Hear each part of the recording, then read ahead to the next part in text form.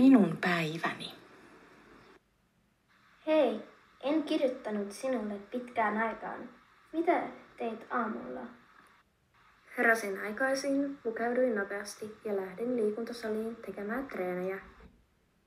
Vau, minä taas nukuin pitkään ja menin sitten kauppaan ostamaan aamiaista. Menin eilen myöhään nukkumaan. Pitäisi mennä nukkumaan aikaisemmin. Kävitkö puistossa kävelyllä? En tänään, halusin vain syödä rauhassa ja juoda kahvia. Ehkä illalla käyn.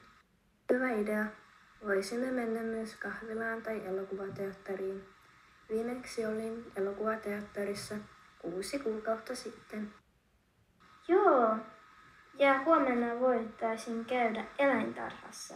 Karhuilla ja susilla on uusi asuinpaikka. Loistavaa.